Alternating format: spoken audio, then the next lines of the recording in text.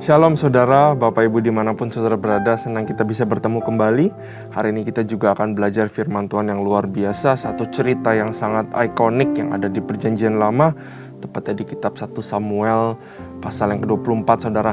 Nah tapi sebelum kita jump in ke sana, saya mau ajak kita untuk masuk dalam hadirat Tuhan. Saya mau ajak kita berdoa, saya mau ajak kita menyembah Dia. Katakan yang manis buat Tuhan.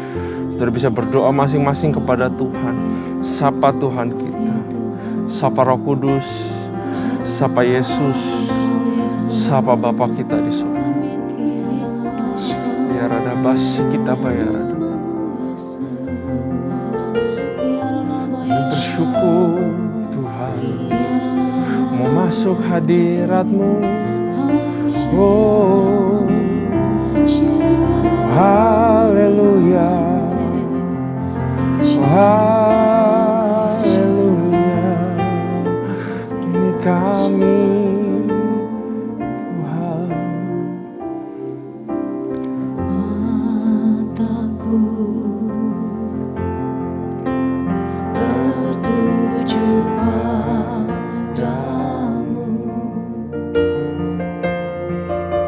segenap hidupku ku serahkan padamu. Bimbing aku masuk rencana-Mu untuk membesarkan kerajaan-Mu.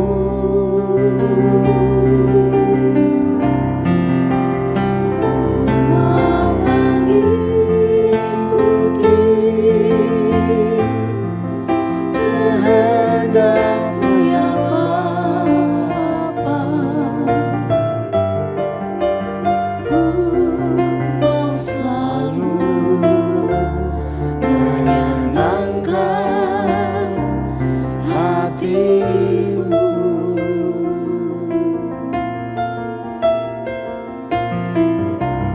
Mataku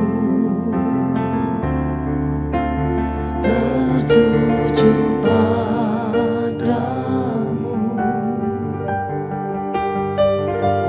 segenap hidupku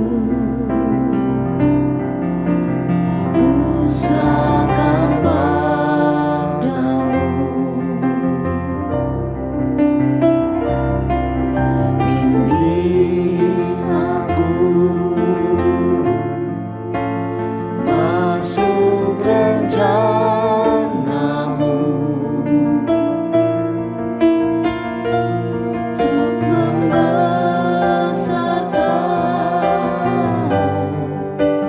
kerajaan-Mu.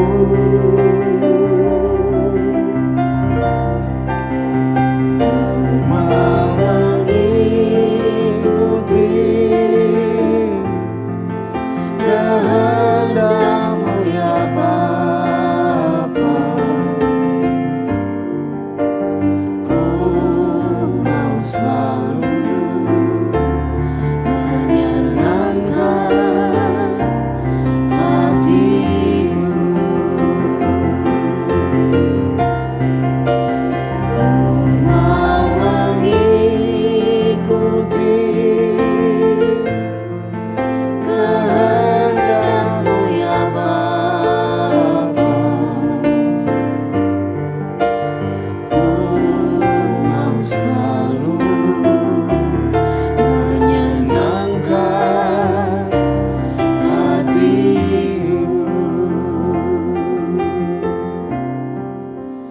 Ku mau mengikuti kehendak-Mu ya Bapa. Ku mau selalu menyenangkan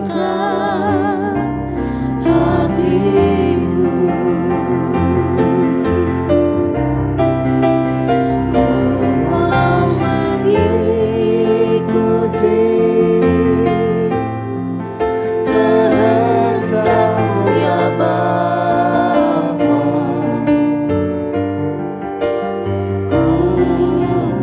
selalu menyenangkan hatimu. Ku mau selalu menyenangkan hatimu. Ku mau selalu menyenangkan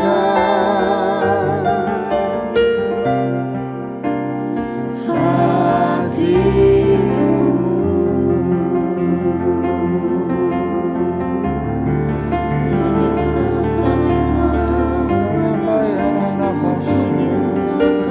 Kami Mau ikuti Engkau Tuhan, mau berkenan padamu Bapa.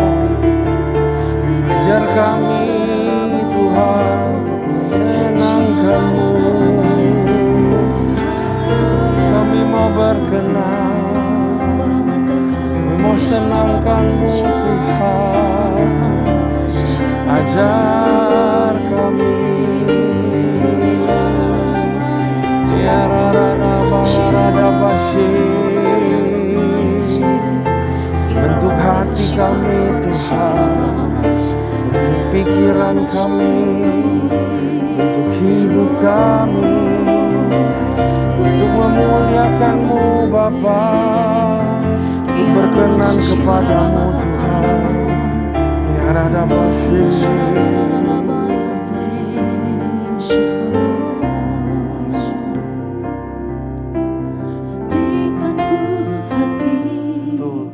Seperti hatimu yang penuh dengan belas kasihan.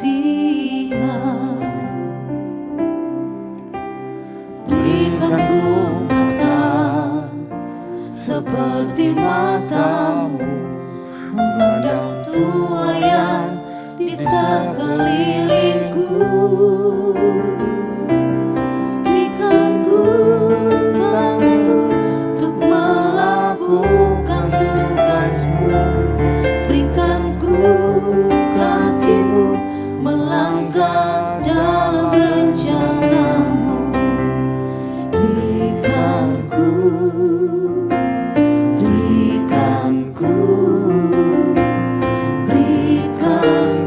hatimu.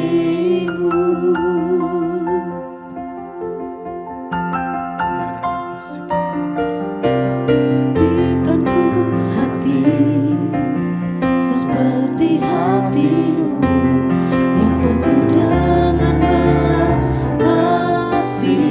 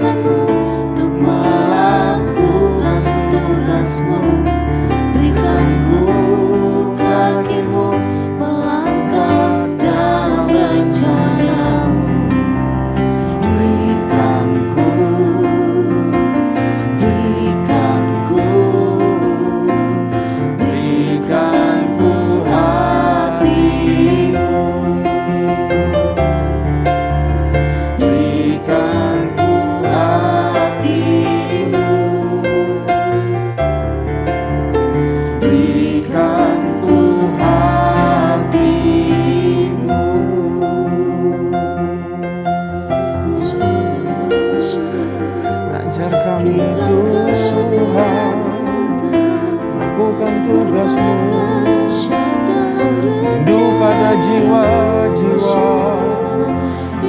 Berikan hatimu Tuhan, berikan hatimu Tuhan. Kami terus di dalam rencanamu Bapa.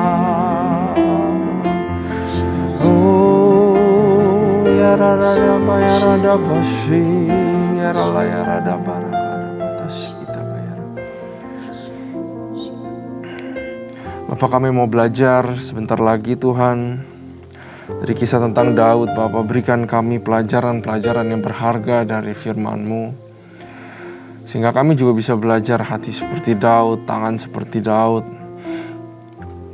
Dan biar semuanya dipakai untuk memuliakan-Mu Tuhan. Terima kasih buat perlindungan, kesetiaan-Mu sampai hari ini. Kami siap untuk belajar Tuhan. Berkati hamba-Mu, lindungi hamba-Mu di balik salib-Mu Tuhan. Berkati jemaat yang mendengar, supaya boleh mendapatkan rema Tuhan, mendapatkan changes di dalam kehidupannya masing-masing. Hanya di dalam nama Tuhan Yesus kami siap untuk belajar. Haleluya, amin. Shalom sekali lagi saudara, ya, sukacita di tempat ini juga di tempat saudara. Nah, mari kita buka firman Tuhan saudara. Kita akan belajar dari 1 Samuel pasal yang ke-24. 1 Samuel pasal yang ke-24.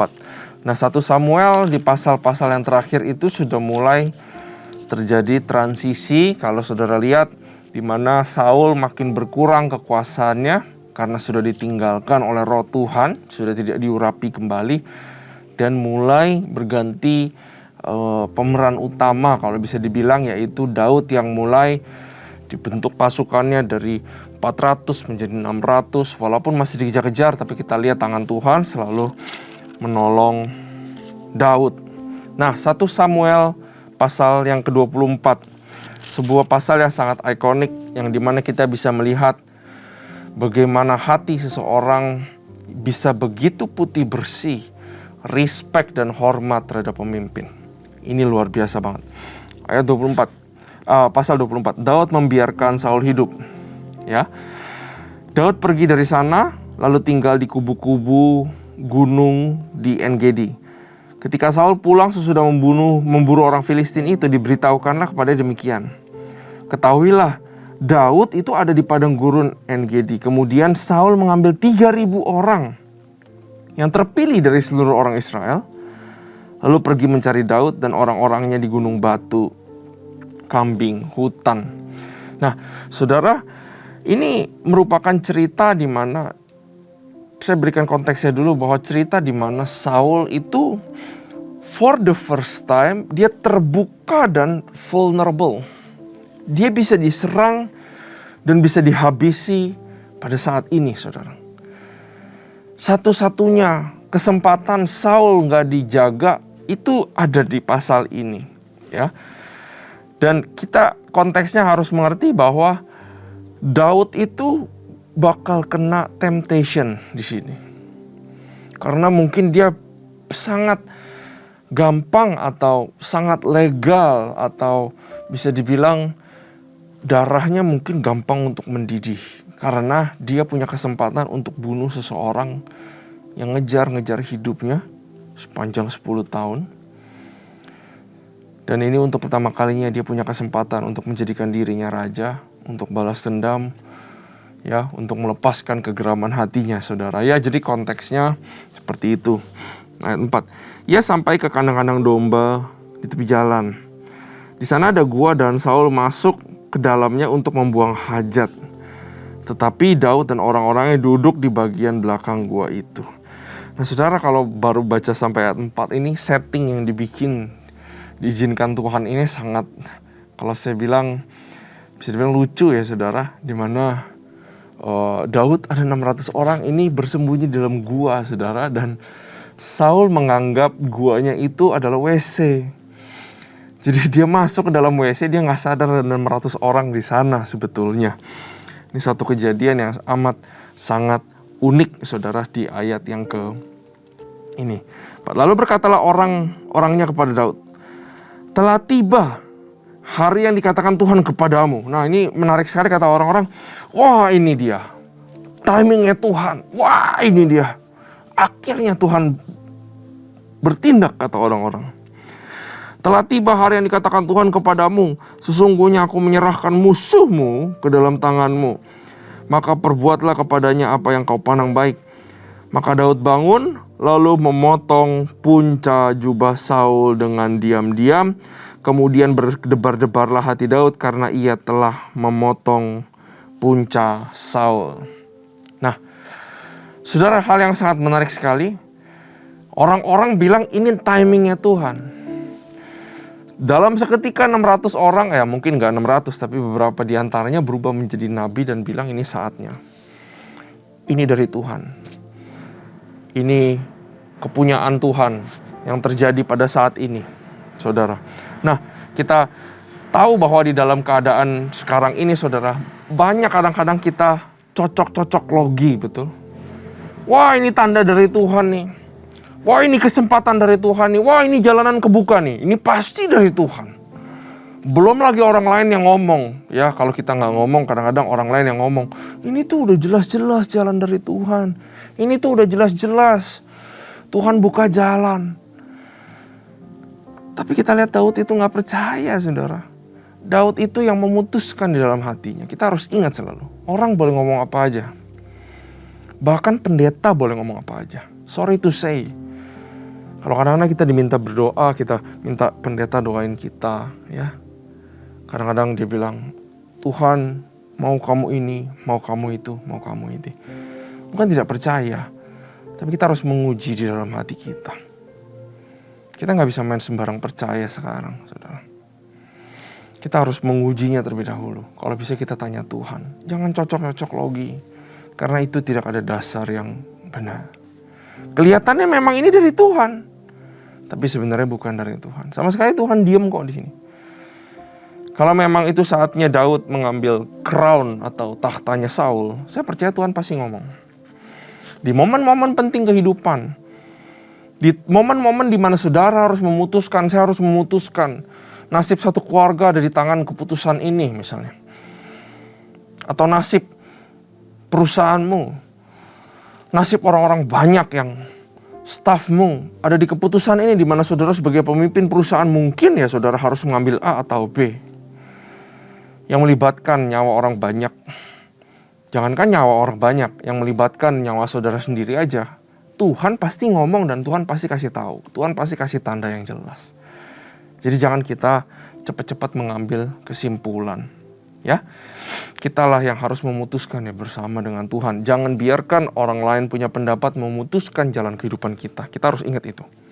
Ini pelajarannya sangat penting daripada Daud. Nah, kemudian berdebar-debarlah hati Daud katanya karena ia telah memotong punca Saul. Dia memotong ujung jubah bajunya. Jadi dia mengendap-endap, dia potong ujung jubah bajunya. Berdebar-debar ini sangat menarik sekali. Ya, untuk mengerti berdebar-debar susah kalau pakai bahasa Indonesia. Berdebar-debar kirain takut ketahuan, saudara. Padahal enggak. Bahasa Inggrisnya bilang David hatinya digelisahkan. Troubled heart. Artinya gini, jangankan bunuh, potong jubah bajunya aja. Daud itu hatinya gelisah, gak enak. Kok saya bisa-bisa potong jubahnya Saul ya? Seorang raja, ayah mertua saya. Rasanya dalam hatinya udah ada sedikit gak enak. Untung aja dia gak bunuh. Coba dia bunuh, troubled heart sampai akhir hidupnya. Jadi raja juga gak benar. Yakin. Karena potong jubahnya aja bisa jadi hati gelisah dan hatinya gak enak. Ya, ini menandakan bahwa Daud punya hati yang lembut, a tender heart. Walaupun dia sedang dikejar-kejar, walaupun dia buronan, walaupun mungkin ini saatnya untuk menjadi dendam dan menjadi keras hati, tapi lihat Daud menjaga hatinya dengan baik. Dia punya tender heart. Dia gak benci sama Saul sama sekali, nanti kita lihat. Nah, karena itu saudara, baru sampai ayat yang ke-6 aja. A troubled heart. Apakah kita punya hati yang lemah lembut, saudara? Saat kita melihat kesusahan orang lain, atau saat kita mungkin tidak sengaja berbuat salah kepada orang lain, sekecil apapun itu, apakah hati kita seperti batu dan nggak ngerasa apa-apa? Saat kita mungkin menegur dengan cara yang salah, dengan omongan yang salah, apakah hati kita sekeras batu dan bilang bahwa itu kan untuk kebaikan dia? Dia perlu yang keras. Enggak. Hati yang lembut itu harus tetap kita miliki. Paling justru bahaya adalah kalau kita tidak merasakan apa-apa. Amin, saudara. Mari kita cek hati kita ya. Nah, kita lanjut ayat yang ke-7. Lalu berkatalah ia kepada orang-orangnya, dijauhkan Tuhanlah kiranya daripadaku untuk melakukan hal yang demikian kepada Tuanku, kepada orang yang diurapi Tuhan, yakni menjamah dia, sebab dialah orang yang diurapi Tuhan. Dan Daud mencegah orang-orangnya dengan perkataan itu, ia tidak mengizinkan mereka bangkit menyerang Saul. Di sini kelihatan, saudara, bahwa Daud respect sekali sama Saul. That's why memotong jubahnya Saul itu kegelisahan buat dia. Ada perasaan ini harusnya tidak pantas saya lakukan, saudara. Ya, karena dia masih respect sama Saul. Luar biasa sekali. Gimana caranya orang bisa respect terhadap seseorang yang notabene-nya amburadul udah kehidupannya. Pemimpin lagi, raja lagi, ngejar-ngejar dia lagi. Berapa kali lempar tombak ke Daud? Berapa kali mau bunuh dia? Padahal Daud menangin perang banyak buat Saul, buat bangsa Israel. Tapi kok masih bisa ada respect di dalam kehidupan Daud? Itu yang luar biasa. Zaman now, jangan sampai kita kehilangan respect, saudara. Terutama terhadap orang-orang yang lebih tua. Terutama dengan orang-orang hamba Tuhan, pelayan Tuhan, pengerja, pemimpin-pemimpin kita. Mereka boleh berbuat salah, tapi jangan sampai perbuatan salahnya menghilangkan respect kita kepada mereka. Karena saat respect hilang, hatilah yang menjadi kotor. Ya, kita tidak menghukum dia. Ya, saya udah gak respect lagi sama orang itu. Ya udah, gak usah tatap mata, lewatin aja. Ngapain salaman sama dia? Dia gak rugi, saudara. Ya rugi kita. Hati menjadi kotor. Kita harus ingat itu. Ya. Nah, mari kita lanjut baca sampai habis, saudara. Sementara itu Saul telah bangun meninggalkan gua itu hendak melanjutkan perjalanannya. Ayat 9. Kemudian bangunlah Daud. Ia keluar dari dalam gua itu dan berseru kepada Saul dari belakang. Katanya, "Tuanku raja." Saul menoleh ke belakang, lalu Daud berlutut dengan mukanya ke tanah dan sujud menyembah. Dia sujud menyembah Saul, berlutut mukanya ke tanah. That's manifestasi daripada respect yang ada dalam hatinya. Lalu berkatalah Daud kepada Saul, "Mengapa engkau mendengarkan perkataan orang-orang yang mengatakan sesungguhnya Daud mengikhtiarkan celakamu? Ketahuilah, pada hari ini matamu sendiri melihat bahwa Tuhan sekarang menyerahkan engkau ke dalam tanganku dalam gua itu. Ada orang yang telah menyuruh aku membunuh engkau, tetapi aku merasa sayang kepadamu. Karena pikirku aku tidak akan menjamah Tuanku itu, sebab dialah orang yang diurapi Tuhan. Lihatlah dahulu ayahku, lihatlah kiranya punca jubahmu dalam tanganku ini, sebab dari kenyataan bahwa aku memotong punca jubahmu dengan tidak membunuh engkau, dapatkah kau ketahui dan kau lihat bahwa tanganku bersih daripada kejahatan dan pengkhianatan, dan bahwa aku tidak berbuat dosa terhadap engkau, walaupun engkau ini mengejar-ngejar aku untuk mencabut nyawaku." Di sini kita tahu bahwa Daud sama sekali nggak mau balas dendam. Daud cuma pengen talk with Saul, cuman pengen kasih tahu isi hatinya bahwa aku tuh sayang kamu, aku tuh nggak benci sama kamu, kamu salah paham. Dia cuma pengen ngomong satu patah kata ini aja, dan Tuhan membantu Daud untuk mengeluarkan isi hatinya ini yang adalah sebuah kasih yang luar biasa. Karena itu Tuhan setting semua tempatnya seperti itu, kejadiannya seperti itu, memotong punca jubah. Karena dengan itu bukti bahwa saya bisa bunuh, tapi saya nggak bunuh. Memang saya nggak mau bunuh. Saya cuma mau bilang ini salah paham. Saya sayang kamu ayahku. Aduh, luar biasa banget saudara. Ayat 13. Tuhan kiranya menjadi hakim di antara aku dan engkau. Tuhan kiranya membalaskan aku kepadamu. Tetapi tanganku tidak akan memukul engkau. Seperti peribahasa orang tua-tua mengatakan, dari orang fasik timbul kefasikan. Tetapi tanganku tidak akan memukul engkau. Terhadap siapakah Raja Israel keluar berperang? Siapakah yang kau kejar? Anjing mati seekor kutu aja, katanya. Sebab itu Tuhan kiranya menjadi hakim yang memutuskan antara aku dan engkau. Dia kiranya memperhatikannya, memperjuangkan perkaraku dan memberi keadilan kepada aku dengan melepaskan aku dari tanganmu. Setelah Daud selesai menyampaikan perkataan itu kepada Saul, berkatalah Saul, suaramukah itu, ya anakku Daud? Sesudah itu dengan suara nyaring menangislah Saul. Baru dia tahu bahwa selama ini ada yang mempermainkan dia di otaknya bahwa dia mau dibunuh sama Daud, Katanya kepada Daud, engkau lebih benar daripada aku sebab engkau telah melakukan yang baik kepadaku. Padahal aku telah melakukan yang jahat kepadamu. Telah kau tunjukkan pada hari ini betapa engkau telah melakukan yang baik kepadaku walaupun Tuhan telah menyerahkan aku ke dalam tanganmu. Engkau tidak membunuh aku. Apabila seseorang mendapat musuhnya, masa akan dilepaskan dia berjalan dengan selamat? Tuhan kiranya membalaskan kepadamu kebaikan ganti apa yang kau lakukan kepadaku pada hari ini. Oleh karena itu sesungguhnya aku tahu bahwa engkau pasti menjadi raja dan jabatan Israel akan tetap kokoh dalam tanganmu. Nah saudara, waktu Daud kasih tunjuk sepotong jubahnya, Saul itu kenapa dia bisa ngomong begini bahwa kamu pasti akan jadi raja? Karena dia teringat dia juga pernah potong jubahnya Samuel. Dan waktu dia potong jubahnya Samuel, Samuel bilang, Tuhan itu akan menyerahkan kerajaanmu ini bukan daripadamu, dia akan mengambil dan menyerahkan kepada satu orang. Maka dia tahu bahwa Daud ini orangnya. Oleh sebab itu bersumpahlah kepadaku demi Tuhan bahwa engkau tidak akan melenyapkan keturunanku dan tidak akan menghapuskan namaku dari kaum keluargaku. Lalu bersumpahlah Daud kepada Saul, kemudian pulanglah Saul ke rumahnya sedang Daud dan orang-orangnya pergi ke kubu gunung. Daud sangat legal untuk marah, untuk geram, untuk bunuh dia. Tuhan pun gak bicara apa-apa, betul? Dia pengen ngetes Daud punya hati.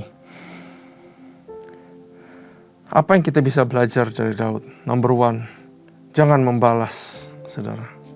Apapun yang terjadi pada kita, number one, the rule of the thumb. Jangan membalas.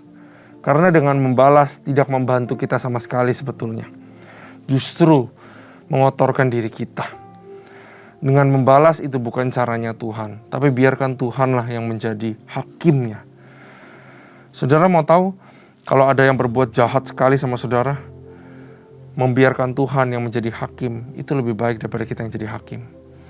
Kalau Tuhan menghukum, dia yang paling tahu caranya kayak gimana. Tapi kita hendaklah bersih hati dan jangan mau untuk membalas. Apa yang kita bisa belajar lagi dari cerita ini? Hormatilah pemimpin kita. Ketika pemimpin kita salah, mari kita tetap hormat dan respect. Ketika pemimpin kita jahat, tetaplah hormat dan respect. Orang itu gampang kecewa sama pemimpin, ya.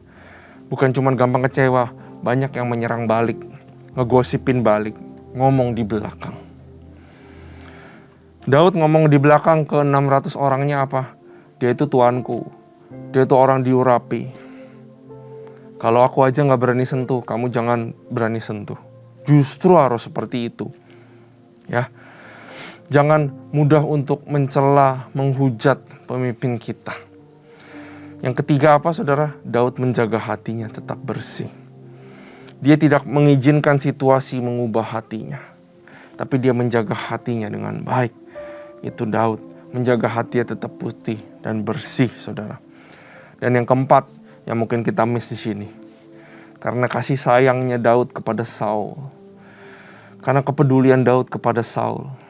Maka dia sengaja keluar dari gua. Dan dia konfrontasi Saul. Atas kesalahan Saul. Seringkali di dalam komunitas, namanya satu teman sama yang lain, apalagi teman dekat, kita mungkin seneng sayang sama teman kita. Tapi buktinya dari kita sayang teman kita adalah kita berani konfrontasi teman kita kalau teman kita melakukan salah. Itu baru namanya kasih sayang di mata Tuhan. Justru membiarkan dia berlarut-larut di dalam dosa kalau kita tahu. Kita tahu sifatnya, kita tahu ininya, kita tahu dia ngelakuin apa sebenarnya, tapi ya udahlah dia teman saya. Itu bukan kasih sayang, itu menghancurkan dia. Tapi Daud karena kasih sayang kepada Saul, maka dia konfront Saul. Dia bilang, aku sama sekali gak ada rencana untuk melukai kamu. Kamu yang salah paham sendiri. Kamu yang berdosa kepada Tuhan karena kamu mau bunuh aku. Orang yang sama sekali gak ada dendam sama kamu. Dia konfrontasi kesalahannya Saul. Makanya Saul bertobat. Saul menangis dan dia dari situ dia sadar total. Amin saudara. Mari kita tundukkan kepala. Terima kasih Tuhan buat firman ini. Kami belajar banyak dari Daud. Ajari kami punya mata seperti mata Daud, hati seperti hati Daud. Tidak membalas, respect, hormat. Menghormati pemimpin dengan tulus ya Tuhan. Dan berani menegur orang yang kami kasihi apabila ada kesalahan. Terima kasih Bapak, kami telah belajar banyak. Ubahkan hati kami, ubahkan kehidupan kami menjadi bejana sesuai dengan kehendak-Mu. Terima kasih Tuhan, terima kasih Bapak. Hanya di dalam nama Tuhan Yesus kami berdoa, haleluya. Amin. Tuhan Yesus memberkati.